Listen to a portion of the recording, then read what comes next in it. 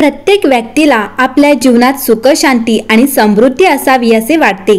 कुटुंबात सकारात्मक वातावरण ठेवा, समाजात मानसन्मान वाढवा. याबाबत वास्तुशास्त्रात अनेक प्रकारचे उपाय सांगण्यात आले आहेत. घरात ठेवलेल्या प्रत्येक गोष्टीचा सकारात्मक आणि नकारात्मक प्रभाव पडतो. त्यामुळे वास्तूनुसार वस्तू ठेवण्याचा सल्ला दिला जातो. काही लोक या गोष्टींकडे दुर्लक्ष करतात, ज्यामुळे त्यांना कौटुंबिक वाद, आर्थिक संकट यासारख्या समस्यांना सामोरे जावे लागते. मंडळी, आजही आपल्या भारत देशात बहुतांश घरामध्ये पूजेमध्ये पितळेची भांडी वापरतात. प्राचीन काळी पितळेच्या आणि चांदीच्या भांड्यात खाण्याची ही प्रथा होती, पण कालांतराने ही परंपरा लोप पावली. हे आरोग्य आणि ज्योतिषशास्त्र दोन्हीमध्ये खूप फायदेशीर आहे. पितळेची भांडी हे शुभाचे प्रतीक आहेत. शास्त्रानुसार आरोग्यासोबतच आपले नशीब उजळण्यासही उपयुक्त आहे. चला तर मग जाणून घेऊया घरात पितळेची भांडी ठेवण्याचे वास्तुशास्त्राचे काय फायदे आहेत. ज्योतिषशास्त्रानुसार पितळेवर देवगुरु बृहस्पतीचे राज्य आहे. कुंडलीत गुरुग्रह मजबूत करण्यासाठी पितळेची भांडी वापरली जातात. घरामध्ये समृद्धी राहण्यासाठी पौर्णिमेच्या दिवशी पितळेचा कलश शुद्ध देशी तुपाने भरून भगवान श्रीकृष्णाला अर्पण करावा आणि नंतर गरजूंना दान करा. पैसा आणि धान्याचे भांडार भरले जातील. पीठ म्हणजे संस्कृतमध्ये पिवळा हा भगवान विष्णूंचा रंग आहे. अशा वेळी पितळी कळशात हरभरा डाळ भरून भगवान विष्णूला अर्पण करावी. असे केल्याने सौभाग्य प्राप्त होते. देवी लक्ष्मीचा घरामध्ये सदैव वास राहावा यासाठी शुक्रवारी पितळेच्या दिव्यात शुद्ध देशी तुपाचा दिवा लावून लक्ष्मी देवीची आरती करावी. यामुळे पैशाची कमतरता दूर होऊ शकते. कामात अडथळे येत असतील, शेवटच्या क्षणी काम बिघडत असेल तर हा पितळ उपाय फार फलदायी आहे. यासाठी पिंपळाच्या झाडाखाली पितळी भांड्यात दही भरून ठेवावे. असे केल्याने तुमची अशुभापासून सुटका होईल आणि काम कोणत्याही अडथळ्याशिवाय होऊ लागेल. आरोग्याच्या दृष्टिकोनातून पितळेच्या भांड्यांमध्ये बनवलेले अन्न स्वादिष्ट, तृप्त करणारे आणि शरीराला चांगले आरोग्य आणि गतिमान असते. पितळी कळशात ठेवलेले पाणी अपार ऊर्जा प्रदान करण्यासही मदत करते. मंडळी, असे असले तरी पितळेची भांडी घरात ठेवणे शुभ असले तरी पितळेची भांडी बंद किंवा अंधारात ठेवल्याने जीवनात अडचणी येऊ शकतात. पितळेची भांडी अंधारात ठेवल्याने शनी दोषाची सुरुवात होते. त्यामुळे आर्थिक संकट येऊन घरी नकारात्मक ऊर्जा राहू शकते. त्यामुळे पितळेची भांडी बंद खोलीत ठेवू नये, ती नेहमी प्रकाशातच ठेवावी. मंडळी, पितळेची भांडी घरातील वास्तुदोष दूर करतात. हा दृष्टिकोन लक्षात घेऊन या भांड्यांचे नक्षीकाम केले जाते. याशिवाय त्यांच्या आकाराकडे विशेष लक्ष दिले जाते. घराच्या कोणत्या भागात ठेवल्याने वास्तुदोष कमी होतील ते देखील सांगितले जाते. अत्यंत शुभ मानल्या जाणाऱ्या या मोठ्या पितळी भांड्यावर देवांचे सूक्ष्म रूप कोरलेले आहे. हे सूक्ष्म नक्षीकाम वास्तुदोष दूर करते आणि घर सुख समृद्धीने भरते. हे घराच्या भिंतीवर आणि दरवाजांवर लावले जाते. वैज्ञानिक दृष्ट्या ही भांडी इतकी शुभ आहेत, लोक त्यांना गहू आणि तांदूळ भरतात आणि त्यांना घरात ठेवतात. यामुळे घरामध्ये धनधान्य आणि धनाचा आशीर्वाद राहते. बहुतेक लोक ही भांडी कलेच्या दृष्टिकोनातून खरेदी करतात. सध्या वास्तूनुसार बाजारात उपलब्ध असलेली भांडी कारागिराची अप्रतिम उदाहरणे आहेत. नैवेद्याचे ताट पितळी असेल किंवा नैवेद्याचे अन्न पितळी भांड्यामध्ये शिजवले असेल तर ते ज्योतिषशास्त्र, विज्ञान आणि अध्यात्माच्या दृष्टीने योग्य ठरते. दूध साखरेचा नैवेद्य दाखवायचा असेल तर तोही पितळी वाटीतून दाखवावा.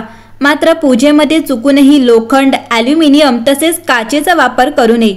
पितळी किंवा तांब्याच्या भांड्यांचाच वापर करावा आणि मूर्ती देखील याच धातूंच्या निवडाव्या. मंडळी, आपल्या वास्तुशास्त्रातही असे सांगण्यात आले आहे की स्वयंपाकघरात लोखंडी आणि स्टीलच्या भांड्यांऐवजी पितळ, तांबे, चांदी आणि पितळेची भांडी असावीत. पितळेच्या भांड्यात अन्न खाणे आणि तांब्याच्या भांड्यात पाणी पिणे हे धार्मिक आणि आरोग्याच्या दृष्टिकोनातून मनुष्यासाठी खूप फायदेशीर आहे. पितळ आणि तांब्याच्या प्रभावाने सकारात्मक ऊर्जा प्रवेश करते. घरात शांततापूर्ण वातावरण आहे. लक्षात ठेवा की तांब्याच्या भांड्यात अन्न खाण्यास मनाई आहे. स्वयंपाकघरात प्लास्टिकची भांडी अजिबात नसावीत. त्याचा आरोग्यावर आणि सकारात्मक ऊर्जेवर परिणाम होतो. स्वयंपाकघरात जर्मन किंवा ॲल्युमिनियमच्या भांड्यात अन्न शिजवू नये किंवा खाऊ नये. हे आरोग्यासाठी अत्यंत हानिकारक आहे. मंडळी, बऱ्याच जणांच्या घरी पिण्याचं पाणी साठवून ठेवण्यासाठी तांबे आणि पितळेच्या धातूची हंडा कळशी वापरली जाते. पण या धातूमुळे होणारे फायदे तुम्हाला माहीत आहेत का? पितळेची भांडी स्वयंपाकासाठी वापरल्याने याच्या शरीराला असंख्य फायदे होतात. पितळेची भांडी जेवणासाठी वापरल्याने पचन संस्था सुधारते। जर तुम्ही वजन कमी करण्याच्या प्रयत्नात असाल तर तुम्ही जेवणासाठी किंवा पाणी पिण्यासाठी पितळेच्या भांड्यांचा वापर करू शकता। तसंच झिंकची कमतरता असल्यास पितळेची भांडी वापरणं आरोग्यासाठी लाभदायक ठरतं। पितळ एक मिश्रित धातू असते। तांबे आणि जस्त धातूचे मिश्रण करून पितळ तयार केले जाते। पितळ शब्द पीतने बनवलेले आहे। संस्कृतमध्ये पीत याचा अर्थ आहे पिवळा रंग। पिवळा रंग श्री विष्णूंशी निगडीत आहे आणि आपल्या सनातन धर्मात केवळ पितळ भांडी पूजा आणि धार्मिक कार्यासाठी वापरले जातात। वेद विभाग आयुर्वेदात पितळ वर्ण भगवान धन्वंतरीला खूप प्रिय आहे। महाभारत या शास्त्रात एका अहवालानुसार सूर्यदेवाने द्रौपदीला पितळेची अक्षय पात्र म्हणून वरदान दिले होते। ही गोष्ट अशी होती की जोपर्यंत द्रौपदी जास्तीत जास्त लोकांना अन्न पुरवू शकेल तोपर्यंत अन्न कमी होणार नाही। पितळेची भांडीचे महत्त्व ज्योतिष आणि धार्मिक शास्त्रामध्ये सांगितले आहे। शास्त्रानुसार सुवर्ण आणि पितळ यासारख्या पिवळा रंग देवगुरु बृहस्पतीचे पितळावर वर्चस्व आहे। पितळीचा कलश वैवाहिक कार्यामध्ये देखील वापरण्यात येतो। शिवलिंगावर दुधासाठी पितळेच्या कलशांचा उपयोग केला जातो आणि बगळामुखी देवीच्या विधीमध्ये फक्त पितळ भांडीच वापरली जातात। भारतातील बऱ्याच भागात आजही सनातन धर्म जन्मापासून मृत्यूपर्यंत पितळ भांडी वापरली जातात। स्थानिक मान्यतेनुसार मुलाच्या जन्माच्या वेळी नाळ कापल्यावर पितळेच्या ताटलीला सुरीने जोरजोरात आपटतात। यामागील अशी आख्यायिका आहे की आपल्या पूर्वजांना सूचित करते की आपल्या कुळात पाणी आणि पिंडदान करणाऱ्याचे जन्म झाले आहे। तसेच मृत्यूनंतर अंत्यसंस्काराच्या 10व्या दिवशी हाडे विसर्जनानंतर पितळ जलांजली फक्त पितळेच्या कलशांसह नारायणावली आणि पिंपळावर दिली जाते। मृत्यूनंतर 12व्या दिवशी शुद्धी हवन आणि गंगा प्रसादीच्या आधी त्रिपिंडी श्राद्ध आणि पिंडदानानंतर 12व्या दिवशी पितळेच्या कलशात सोन्याचे तुकडे आणि गंगेचे पाणी भरून संपूर्ण घर शुद्ध केले जाते। मंडळी, पितळ पिवळ्या रंगाचे असल्याने आपल्या डोळ्यांसाठी टॉनिक म्हणून कार्य करतं। पितळीचा उपयोग ताटली, वाटी, ग्लास, तांब्या, हांडे, देवांची मूर्ती, सिंहासन, घंटाळी, वाद्ययंत्र, कुलूप, पाण्याचे नळ, घरांमध्ये वापरल्या जाणाऱ्या वस्तू आणि गरिबांसाठी दागदागिने तयार करण्यासाठीही वापरले जाते।